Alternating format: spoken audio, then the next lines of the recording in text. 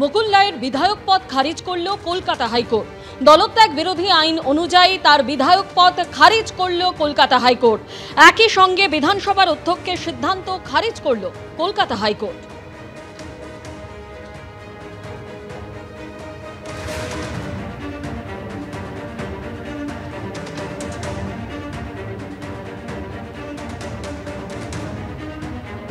মুকুল রায়ের বিধায়ক পদ খারিজ করল কলকাতা হাইকোর্ট। আর এই নিয়ে বিরোধী দলনেতা শুভেন্দু অধিকারী কি বলছেন শোনাবো।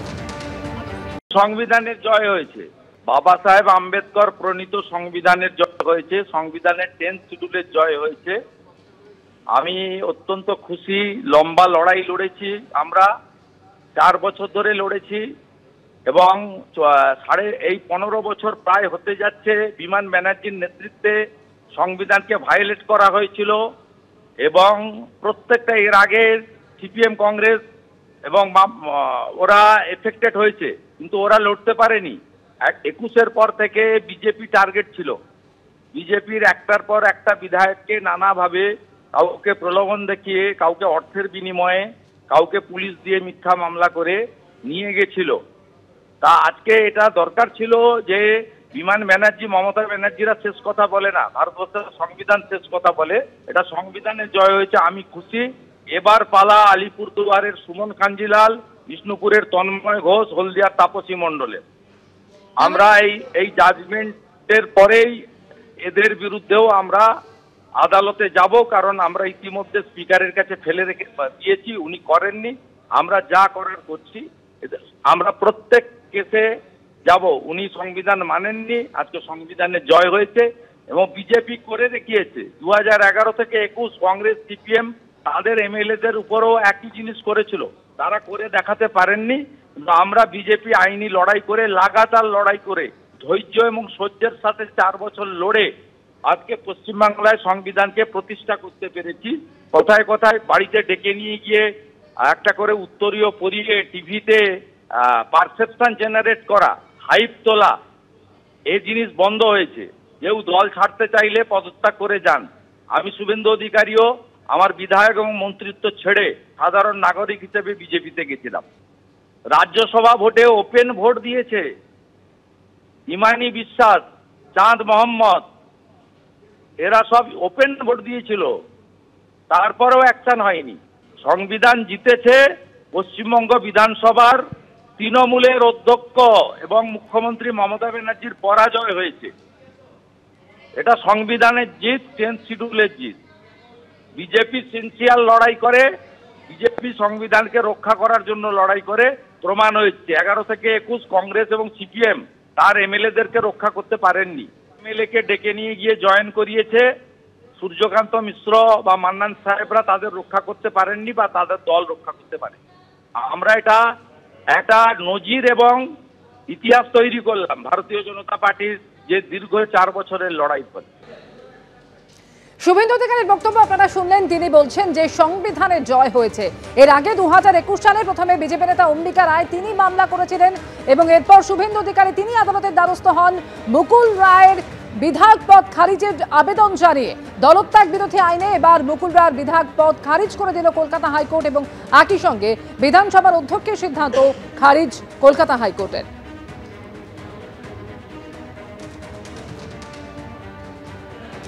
মহামান্য আদালত অর্ডার দিয়েছেন, সেটা আমি দেখব, আমি দেখে আমি সিদ্ধান্ত গ্রহণ করবো। এর বেশি আমি এখন কিছু বলবো না।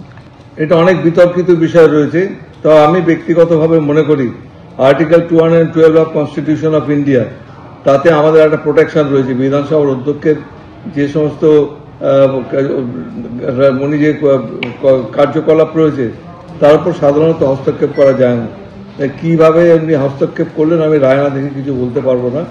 হাইকোর্ট রায় দিয়েছেন, সেই রায় অনুযায়ী আমাকে সিদ্ধান্ত নিতে হবে এবং আমরা সেটা চিন্তা ভাবনা করে বিবেচনা করে দেখব কি করা উচিত।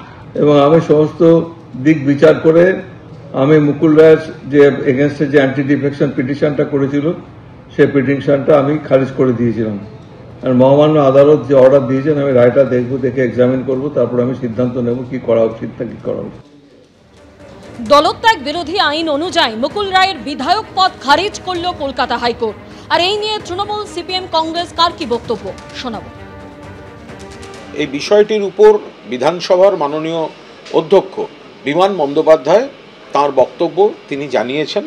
ফলে হাইকোর্ট যেটা বলেছেন মুকুল রায়ের বিধায়ক পদ খারিজ ইত্যাদি, ওই নিয়ে এই মুহূর্তে এখনই কোনো মন্তব্য করব না।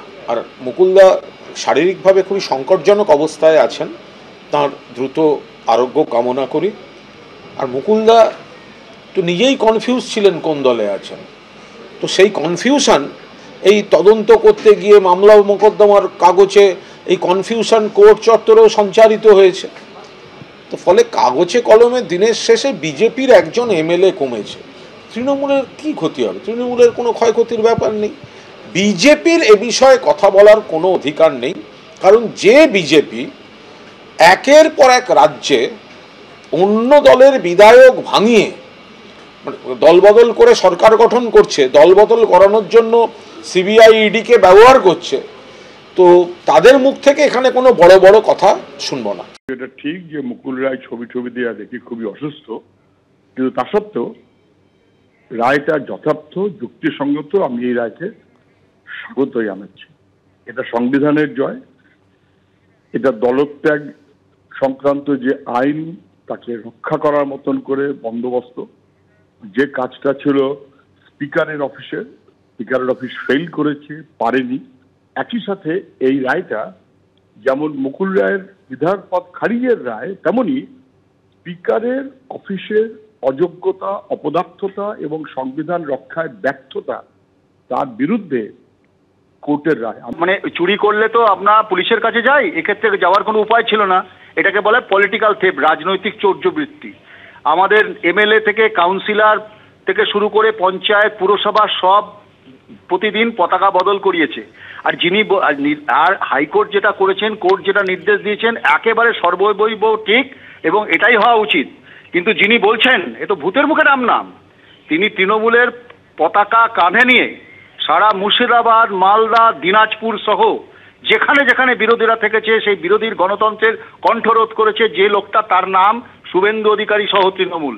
তিনি তখন সেই তৃণমূলের পতাকা কাঁধে নিয়ে সারা পশ্চিমবঙ্গে এই কাজটা করে বেরিয়েছেন। এখন ভূতের মুখে রাম নাম, এখন ওনার হঠাৎ বোধোদয় হয়েছে। তো আদালতের নির্দেশকে আমরা সর্বোপরি যা করেছে ঠিক করেছে। এই দল বদল করা, এক দলে জিতে অন্য দলে দল পরিবর্তন করাকে বলা হয় পলিটিক্যাল থেফট, রাজনৈতিক চৌর্যবৃত্তি। এই রাজ্যে এর আমদানি তৃণমূল করছে এবং বিজেপিও করেছে। এর আগে 2021-এর 11 জুন তৃণমূলে ফিরেছিলেন মুকুল রায়। ছেলে শুভ্রাংশুকে নিয়ে বঙ্গ বিজেপিতে ভাঙন ধরে তৃণমূলে ফেরেন মুকুল রায়। আর তৃণমূল ভবনে তাদের উত্তরীয় পরিয়ে স্বাগত জানিয়েছিলেন অভিষেক বন্দ্যোপাধ্যায়। ঘরের ছেলে ঘরে ফিরল, মুকুল রায়কে স্বাগত জানিয়ে বলেছিলেন তৃণমূল নেত্রী। যদিও এর সমালোচনা করে বিজেপির বক্তব্য ছিল যে নতুন ইনিংসের জন্য শুভেচ্ছা, তবে দলে থেকে বিশেষ লাভ হয়নি।